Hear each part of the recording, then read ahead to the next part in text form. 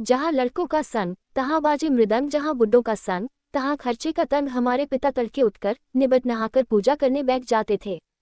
हम बचपन से ही उनके अंग लग गए थे। माता से केवल दूध पीने तक का नाता था, इसलिए पिता के साथ ही हम भी बाहर की बैठक में ही सोया करते। वह अपने साथ ही हमें भी उठाते और साथ ही नहला धुला कर पूजा पर बिठा लेते। हम भभूत का तिलक लगा देने के लिए उनको दिक करने लगते थे। कुछ हंसकर, कुछ झुंझलाकर और कुछ डांट कर वह हमारे चौड़े लिलार में त्रिपुंड कर देते थे।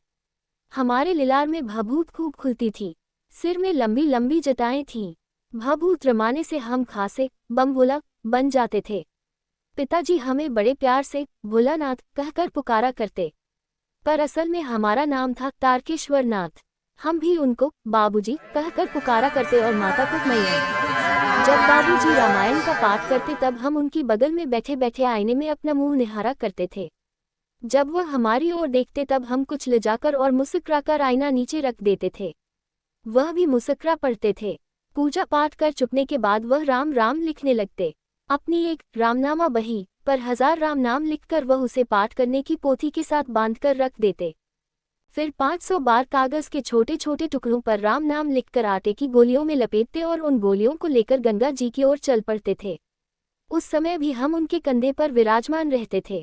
जब वह गंगा में एक एक आटे की गोलियां फेंककर मछलियों को खिलाने लगते तब भी हम उनके कंधे पर ही बैठे बैठे हंसा करते थे। जब वह मछलियों को चारा देकर घर की ओर लौटने लगते तब बीच रास्ते में झुके हुए पेड़ों की डालों पर हमें बिठाकर झूला झुलाते थे। कभी कभी बाबूजी हमसे कुश्ती भी लड़ते। वह शिथिल होकर हमारे बल को बढ़ावा देते और हम उनको पछाड़ देते थे। यह उतान पर जाते और हम उनकी छाती पर चढ़ जाते थे। जब हम उनकी लंबी लंबी मूंछें उखाड़ने लगते तब वह हंसते हंसते हमारे हाथों को मूंछों से छुड़ाकर उन्हें चूम लेते थे। फिर जब हमसे खट्टा और मीठा चुम्मा मांगते तब हम बारी बारी कर अपना बायां और दाहिना गाल उनके मुंह की ओर फेर देते थे। बाएं का खट्टा चुम्मा लेकर जब वह दाहिने का मीठा चुम्मा लेने लगते तब अपनी दाढ़ी या मूंछ हमारे कोमल गालों पर गड़ा देते थे। हम झुंझला कर फिर उनकी मूंछें नोचने लग जाते थे। इस पर वह बनावटी रोना रोने लगते और हम अलग खड़े खड़े खिलखिलाकर हंसने लग जाते थे। उनके साथ हंसते हंसते जब हम घर आते तब उनके साथ ही हम भी चौके पर खाने बैठते थे। वह हमें अपने ही हाथ से फूल के एक कटोरे में गोरस और भात सानकरो खिलाते थे। जब हम खाकर अफर जाते तब मैया थोड़ा और खिलाने के लिए हट करती थी। वह बाबूजी से कहने लगती, आप तो 4-4 दाने के कौर बच्चे के मुंह में देते जाते हैं।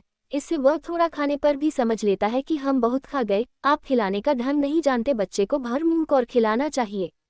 जब खाएगा बड़े बड़े कौर तब पाएगा दुनिया में ठौरो। देखिए मैं खिलाती हूँ।